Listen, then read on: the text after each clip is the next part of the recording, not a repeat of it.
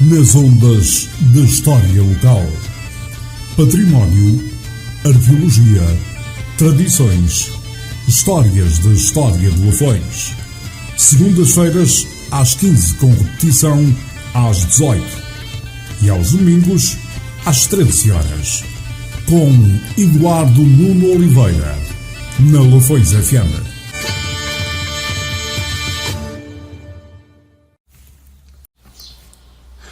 Percorrer Lafões e não conhecer o antigo mosteiro de São Cristóvão, fundação religiosa mais antiga do que Portugal, é perder um dos principais monumentos da região, conjunto histórico e patrimonial constituído por um edifício principal, uma igreja e um aqueduto inseridos no ambiente ermo e místico que se classifica na categoria dos monumentos de interesse público.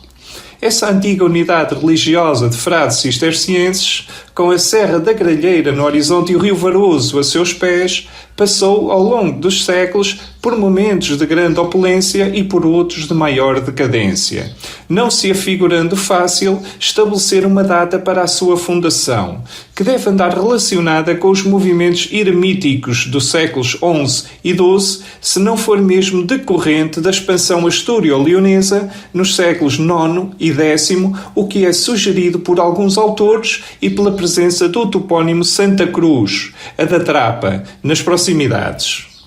Embora pairando a incerteza, os indícios mais seguros dão a fundação do mosteiro aos frades crúzios dos cônegos regrantes de Santo Agostinho, por volta do ano de 1120, que depressa passaram à regra beneditina para, entre 1161 e 1163, ficarem ligados aos frades brancos da Ordem de Cister, assim permanecendo por praticamente 700 anos.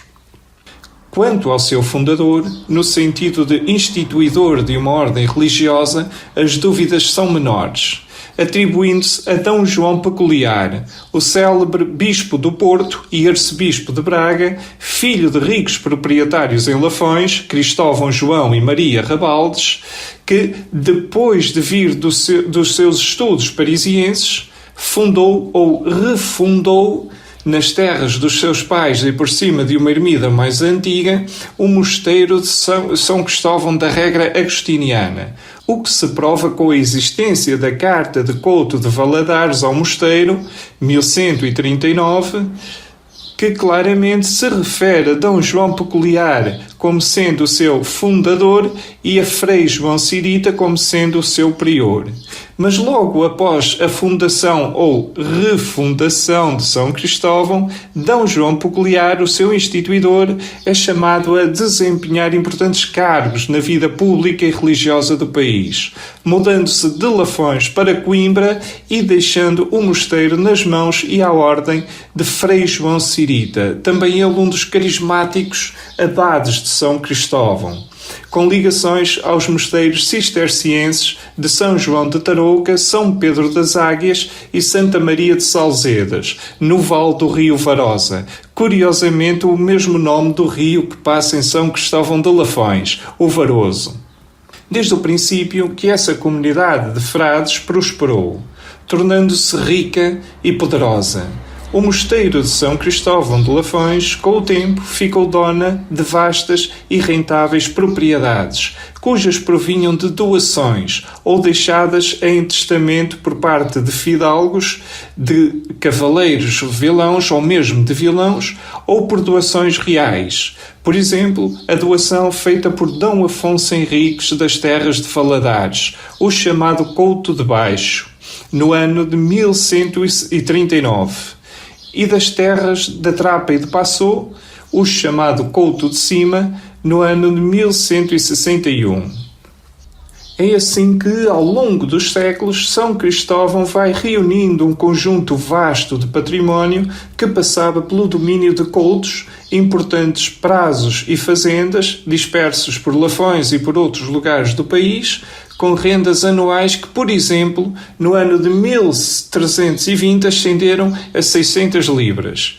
E ainda hoje, percorrendo-se os montes e as vassadas dos antigos coutos de cima e de baixo, identificam-se os marcos de propriedade do mosteiro, inscritos nos marcos de pedra um S e um C com uma cruz.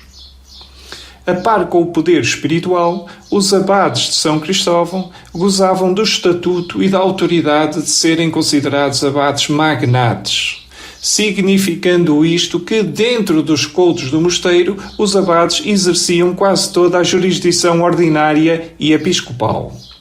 Chega, entretanto, o século XVI e com ele vem para São Cristóvão uma fase de decadência material e moral, que é associada à má gestão dos proventos do mosteiro, a um incêndio que destruiu a sua igreja e ao registro da falta de frades e ao vício em que viviam.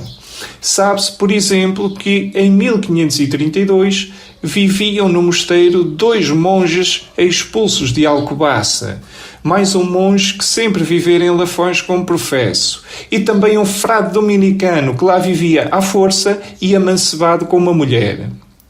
Que em 1536 que o mosteiro estava sem comendatário e com uma comunidade de 4 monges que passavam extrema dificuldade, dado que o Vaticano retinha as rendas do mosteiro por dívidas, e que ainda em 1536 um legado da ordem intimava os devedores do mosteiro a liquidar as dívidas sob pena da excomunhão, e determinava que o prior comprasse vestuário e camas para os monges e que procedesse a reparos nas estruturas. Só se inverteu essa decadência por meados do século XVII, quando dão início à reconstrução da igreja arruinada. Mas, logo depois, no ano de 1704, um novo incêndio volta a consumir a igreja, que é reconstruída pela 3ª vez, processo que se arrastou ao longo dos tempos e ao ponto das obras ainda se mostrarem inacabadas no ano de 1834. Mas essa nova reconstrução setecentista é elogiada e assim descrita. Um edifício moderno, reedificado à custa dos seus rendimentos próprios e com a ajuda de outros mosteiros da mesma congregação, com uma boa igreja e dependências monasteriais suficientes. Eram 12 celas para uma comunidade de 10 religiosos. O edifício principal é de arquitetura cisterciense, com 2 pisos e organizado em torno de um claustro, com 5 arcos de volta perfeita e colunas da ordem toscana, articulando-se com a cozinha, o refeitório, celas dos frades e outras dependências comuns e privadas. A igreja, por sua vez, é excepcional, detendo a planta barroca mais erudita das plantas barrocas existentes no município de São Pedro do Sul, com um traço arquitetónico de um antigo monge arquiteto que viveu nesse mosteiro, constituindo-se numa referência dessas manifestações artísticas para a própria diocese viziense. A reconstrução é de 1704. E a planta é centrada numa fachada maneirista com o interior formado por uma nave quadrada com os ângulos cortados e o acesso a dar-se por uma profunda galilé oposta à Capela Mor, que configura uma arquitetura anterior ao século XVIII, o que contrasta com o zimbório, a talha decorativa e um óculo de moldura rococó que se abre no coro e que são mais recentes. Também se destaca na igreja um conjunto de pinturas importantes e um túmulo anacrónico e ornamentado, onde, presumivelmente, repousam os ossos do famoso Frei João Cirita. Outra construção que se destaca no conjunto é o monumental aqueduto, que levava água ao mosteiro. Ele abre-se num arco que dá entrada para um logradouro e é rematado pelas armas reais de D. João V, o que serve para designar a unidade religiosa como Real Mosteiro de São Cristóvão de Lafões. O mosteiro funcionou até 1834, quando o regime liberal, por meio do conhecido Decreto de 30 de maio, determinou a extinção de todas as ordens religiosas e, consequentemente, Também o mosteiro São Cristóvão de Lafões perde a sua função monasterial. É abandonado pelos frades e os seus bens são nacionalizados e vendidos em asta pública. Daí em diante, o complexo monástico passa por vários proprietários, com a consequente e progressiva degradação das suas estruturas. Só a Igreja manteve a sua dignidade, porque permaneceu como igreja paroquial. Mais recentemente, o atual proprietário procedeu a uma conscienciosa recuperação do edifício principal e da sua envolvente, adaptando o espaço a uma unidade de turismo rural, servindo agora para o turismo, para atividades culturais e patrimoniais. Fica a sugestão de visita. Até para a semana.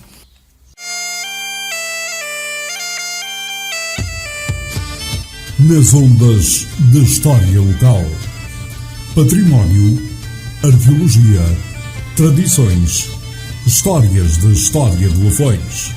Segundas-feiras às 15, com repetição às 18. E aos domingos às 13 horas. Com Eduardo Nuno Oliveira, na Lafões FM.